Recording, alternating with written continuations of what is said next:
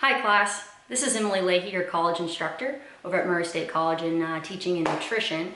So Module 1 is about to end, Module 2 is about to begin, and right now I have exams and quizzes locked because I don't want all up to my 60 students this semester to kind of jump the gun and have way more questions than what they should right now. And also that's really rough on me and my time having so many questions per module. So yeah, I'm gonna unlock quizzes and exams here soon, but I wanna make sure that everyone understands the design of the course. And I would really appreciate if you left comments or you emailed me about how well the course is so far in the 2 weeks. And there's gonna be case studies coming up here soon and a diet assignment. I'm already proud that a lot of people have downloaded MyFitnessPal, or you can use Fitbit, you can use Garmin, as long as you can record your calories, your protein, your carbs, your sodium, also see how much calcium that you're getting, because we want to see the macronutrients that you're consuming daily and the micronutrients, because you could be deficient in something because of your food culture. And I've already been through all the discussions. I've not started grading because people keep reposting. So it's always best for me as an instructor to grade everything towards the end of each module. So don't worry, I'm looking at everything. I'm just making notes right now, and then I'll put the final grade towards near the deadline, which is this Monday at midnight, August 26th. And then Module 2 will open up Monday morning. So if you're already done with Module 1, you can already be exposed to Module 2 quizzes and exams on Monday if you want. Because we all have very busy lives, and this classes should be more fun and uplifting than something that's going to be really tedious. And it's going to take up more of your time than you need when you probably have other classes. You're probably taking chemistry classes. I knew I was taking biochem. I was taking some difficult courses, so it was nice to have a class that was more fun and more educational, not something that's going to wear me down or burn me out in my fall semester. You know, I don't want to do that to y'all. So food culture is what we discussed, and I can already tell that everyone has a lot of learned behaviors from their family members or whoever the people were in their lives growing up, and that's called learned behavior, and that really does affect our dietary patterns and our nutritional needs. Also, there's a lot of comfort food that we have here in Oklahoma. What's really sad though is that we don't have a lot of anti-inflammatory foods. I'm actually gonna make some salmon, I'm gonna make some fresh pasta. In fact, my water's already boiling, so I'm gonna go ahead and start on that. But we're gonna talk about food culture, and we're gonna talk about kind of what Oklahoma is all about, and also kind of showing you guys a little bit about my food culture. There we go. All right, I'm gonna go ahead and throw in the pasta. I don't like to break my pasta noodles. I like to have them as is. All right, there we go. Some salt in with that water. That's gonna help kind of keep the starches well together and flavor up the noodles just a little bit. It's kind of talking a little too much for me right now, so I'm gonna go ahead and just turn down the heat. I'm gonna say 6 because I don't want to overcook the noodles. So it's kind of like a medium heat. Okay, so while the noodles are cooking, I'll be checking on that currently. I'm gonna dress the salmon. I got a really big salmon we're using, and this is how I always prepare anything fish-wise. I don't like fishy smells, so this is how you kind of kill off that fish smell. So I rinse my salmon under some water, and then I have paper towels right here because we're gonna pat it dry. It's really big. It's a big one.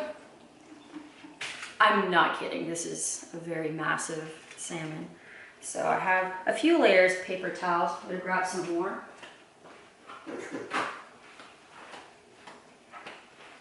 There we go. And we're just patting it dry because we're gonna add olive oil, different seasonings, and they gotta stick. Now this is a part of something that I grew up on. I had a pretty neat childhood. I got to grow up on fish and different seafoods, really great lean steaks. I got also exposed to lots and lots of different fruits and vegetables. Very exotic ones, like pomegranate. No, it's not really that exotic, but it's quite delicious. So I have a wired stack with aluminum foil under a baking sheet because I want air to go underneath the fish. Right now my oven's on broil, which is about 450 degrees Fahrenheit. And yeah, everything is laid out pretty good. I'm gonna angle it because salmon's a little fattier than other fish, so it's going to crisp up really nice. And we gotta be able to accompany that with some dressing so we don't overdo it on our salmon. So I'm pouring a nice hefty amount. And I'm just going to kind of slide that oil right over there. And now, kind of wash my hands a little bit. Because I don't want to dip my fingers into the salt with fishy hands, you know? Found it.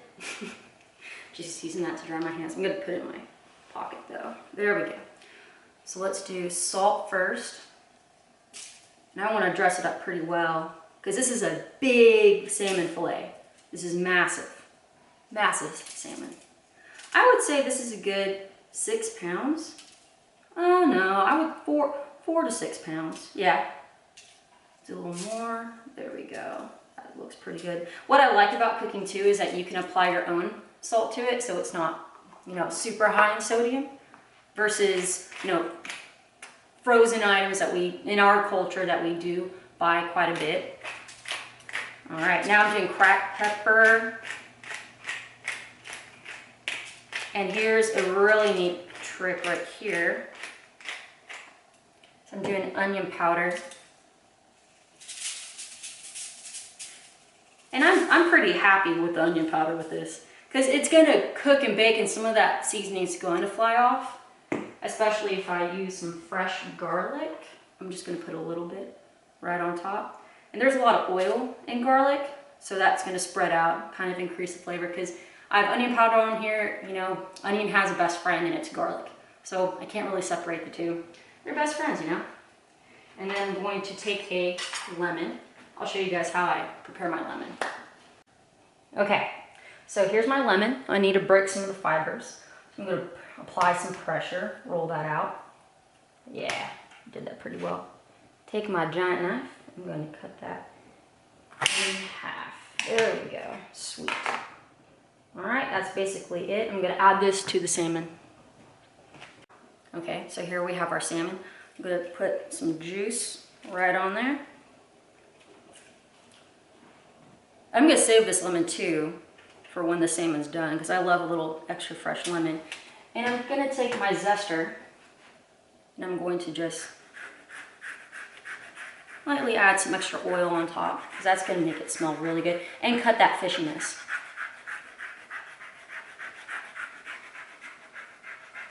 There we go. A little extra paste on there. Boop, boop. Okay, so I have it at 450 on broil and hit start.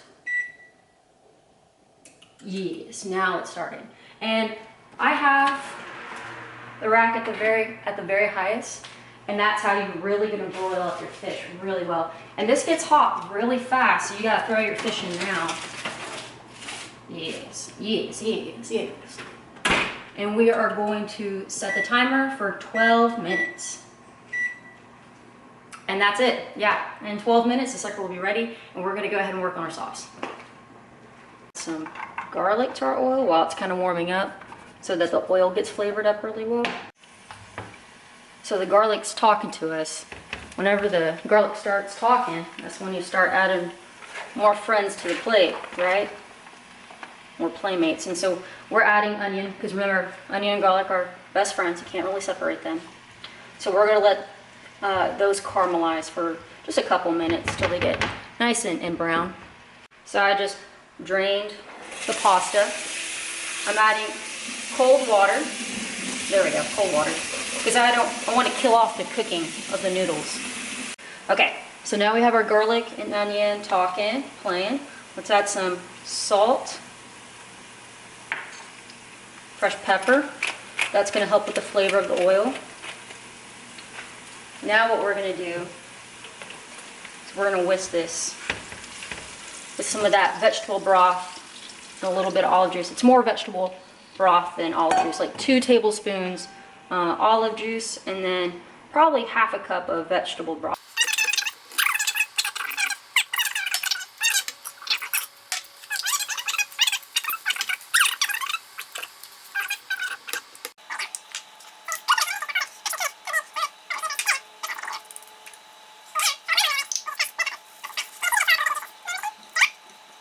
tomatoes to be a little bit more soft, a little more soft. And then we're gonna add our greens and then add our noodles, and that's it. Yeah.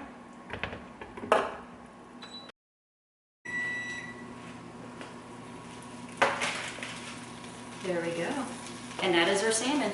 12 minutes boiling. Woo. All right, done deal. Ready for dinner. But before I start eating, I wanted to kind of go over a couple things with you, class. One, so far I think everyone's done really well in Module 1. I think we all have a good idea of the design of the course. It's not too tedious. I've really enjoyed a lot of the posts. I'm seeing paragraphs, I'm seeing complete sentences, I'm seeing critical thinking skills, because this is college, so we should treat it as such, you know? And it's going to prepare you if you want to go to a different program at a bigger university, because again, those professors, they'll be strict on the little things.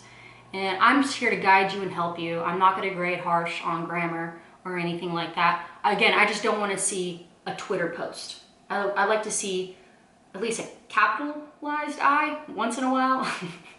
Just saying, it just looks nicer that way. Also, again, this is a little bit of my food culture, and I love cooking. I think it's kind of one of my outlets. I know it's not that way for everyone, but there's always great ways to include fruits and vegetables into your daily lives, even if you don't cook. We have many different resources in all areas. Oklahoma is pretty rich when it comes to farmers and local ingredients. So again, the fall season's coming up. We're going to see a lot of squash coming out, pumpkin, pomegranates, all that kind of good stuff, and wonderful recipes that those come with as well. Again, one thing I want to remind everyone that Module 2 starts this Monday, and also I want to reiterate that I don't grade during the modules. I grade towards the end, because you're all updating your posts, and it would not be good if I missed a post that you put and then I gave you an incorrect grade because of that. So that's just my thoughts. I hope you guys enjoyed this video. If you guys want to see something like this again, but maybe a different recipe, a different dish, let me know. I'm all open for suggestions and challenges. And I will be opening up case study number 1 here soon, in the exams and quizzes for the rest of the semester. But yeah, prepare yourself for the diet assignment. Make sure you have an application that shows your dietary intake for 3 days.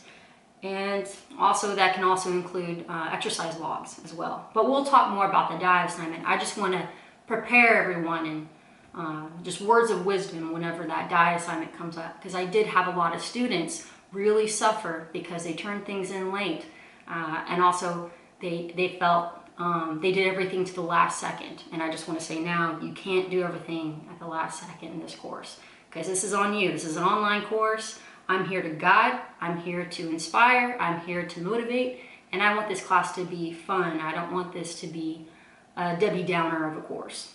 Yeah. So thank you guys for watching, and we'll talk more soon. Again, just email me if you have any questions or concerns. Bye guys.